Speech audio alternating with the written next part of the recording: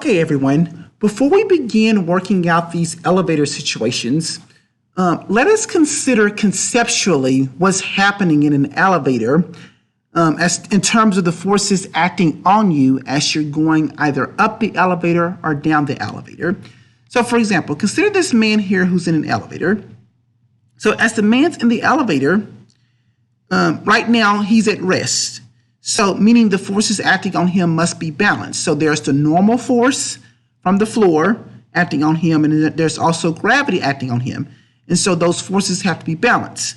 So if those forces are balanced, that means he's equal to his typical weight.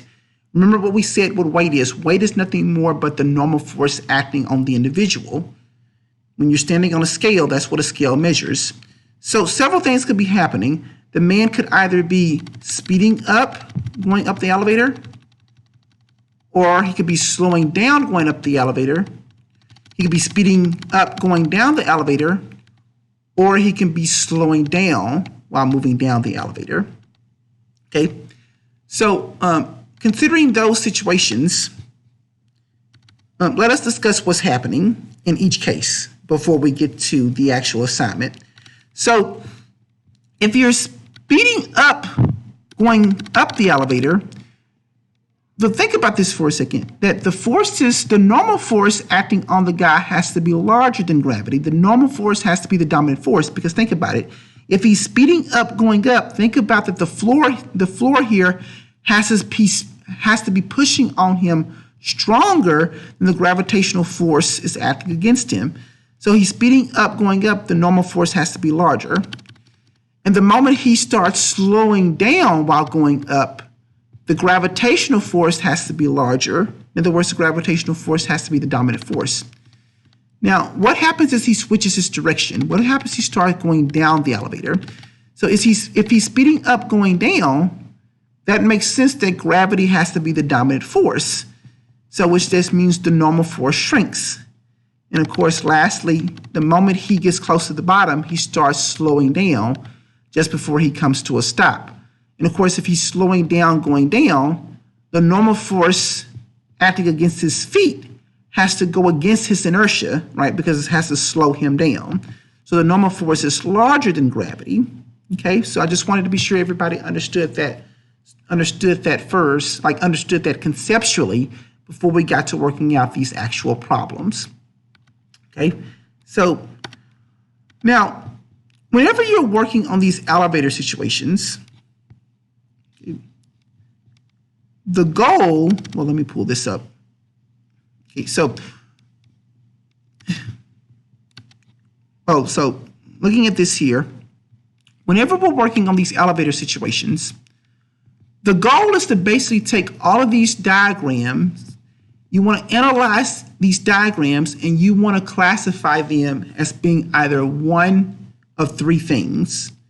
So for example, whenever looking at these diagrams, you want to ask yourself, well, is the normal force equal to the force of gravity that's acting on the person? Is the normal force larger than the force of gravity that's acting on the person? Or is the normal force smaller than the force of gravity that's acting on the person? Okay, so you want to classify, so you want to find out which of these three situations hold for each elevator scenario. Here, if the normal force is equal to gravity, then that means the person's weight is equal to their typical weight. Here, if the normal force is greater than gravity, that means the person's weight is greater than their typical weight. And here, if the normal force is smaller than gravity, that means the person's weight is smaller than their typical weight. Okay? So remember, that's the goal. So let's go back to our various scenarios. Okay, so notice what it says. In each situation, the person is moving down the elevator, meaning they have a negative velocity in every situation. Okay, because that's what down the elevator means. It means a negative velocity in every scenario. So they're moving down the elevator. Okay. And so with that said, okay, let us look at situation A first. Okay, so look at situation A. So what's happening here? This person has a negative velocity and a positive acceleration. Okay, so what's happening there? If a person has a negative velocity and a positive acceleration, let's go over here and let's see where we see that. So if they have a negative velocity and a positive acceleration, that means the person must be slowing down. Okay, so think about it. We're slowing down in the negative direction, meaning we're slowing down while going down the elevator, then that must mean that this situation here must hold, in that we're going down the elevator and we're slowing down. So that means this situation must hold, and that the normal force acting against the person's feet has to be greater. It has to be greater than the gravitational force, meaning that force has to be the dominant force. So if we're going down the elevator while slowing down, then that means that the person's weight is greater than their typical weight. Okay, so with that said, I'm going to come over here, and above this picture, I'm going to write greater. I'm going to write GT to represent greater than. So it's greater than the typical weight. Okay. So let's look at situation B here. Okay, in situation B here, if you notice the person, once again, they're going down the elevator, so they have a negative velocity and a negative acceleration. Okay, guys, so come over here. If you notice, anytime we have a negative velocity and a negative acceleration, that means our object is speeding up. Okay, so think about it, guys. If you're going down an elevator and you're speeding up as you're going down, which has to be the dominant force? Well, that's easy. It's gravity. So if we're moving down the elevator and we're speeding up, gravity has to be the dominant force. So that means the normal force here is smaller than what it typically is. So if the normal force is smaller, that means we weigh less than our typical weight, because the normal force tells us our weight. So coming back over here, I'm going to put LT here to represent I'm less than my typical weight. So LT means less than my typical weight. So that's what this person is. He's less than his typical weight. Okay, so guys, let's look at C. C says the person has a negative velocity, but no acceleration. So what does that mean, zero acceleration? Remember, zero acceleration means that the person is moving at a constant velocity. Well, remember, anytime we're moving at a constant velocity, the forces acting on us must be balanced. So in this situation, if he's moving at a constant velocity, the person acting on this person, they're equal, they're balanced. So that means this situation has to hold here, that the normal force is balanced out with gravity, which means that this person's weight is equal to their typical weight. So I'm going to come over here and I'm going to write equal above this picture, and because again the forces are balanced. Okay, let's come over here to D. D says zero velocity and zero acceleration.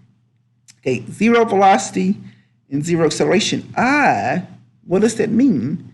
That basically means that the person is at rest. Once again, we know whenever we're at rest, the forces acting on us must be balanced.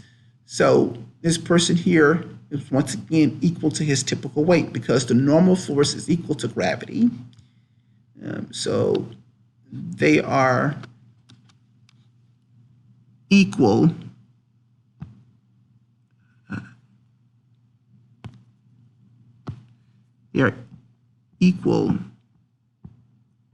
to their typical weight. Okay, let's come over here to situation E. Let me draw that arrow better a little there. Hold on for a second. Let me redraw that arrow. So that velocity vector points downward. Okay, so, and the reason why I drew this velocity vector pointed downward is because I wanted to show you guys that, even though the object has come to a stop here, it has a tendency to go downward. So, right, so this right here represents a situation where an object is moving downward, and just at that moment, he comes to a stop. So that's the instantaneous moment in time as he's coming to a stop. Let me redraw that arrow so I can make it look just a little bit better.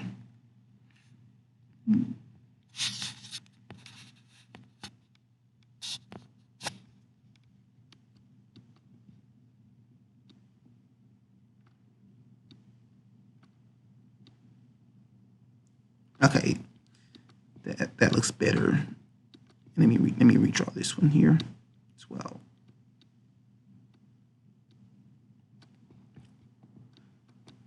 Okay, so back to this problem here. So this person has a negative velocity and a positive acceleration.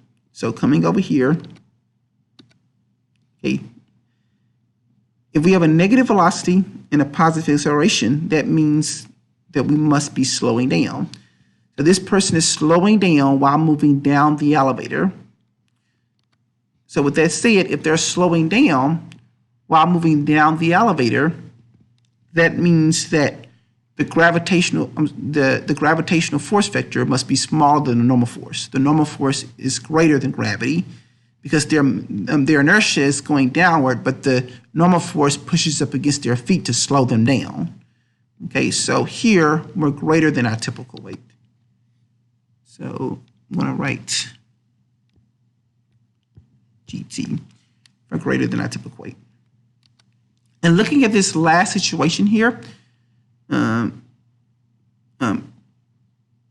we have a negative velocity and a negative acceleration, which means we're speeding up as we're going downward. And if you guys notice here that the acceleration is 9.8 meters per second squared. Okay, so 9.8 meters per second squared, that means the only force acting on this object here is gravity. Since the only force acting on this object is gravity, that means, well, in this case, this person, this person is our object. So that means that this person here is weightless. So for situation F, this person is weightless. Okay, so with that said, let us do our ranking. Okay, so for our ranking, if we look at this, so let's start with our greater than weights, because that's to have our greatest weights. If you look at this acceleration here matches this acceleration here. So 2 meters per second squared, 2 meters per second squared. So if the accelerations are equal, that means the person's weights must be equal here. So there's a tie between A and E. And then after that, there's a tie between C and D because the person is equal to their typical weight. And then look at this, let's look at B, because B, the person is smaller than their typical weight. Okay. And lastly, F is the last one because the person there is weightless. So weightless means zero weight. So I'm going to put F here.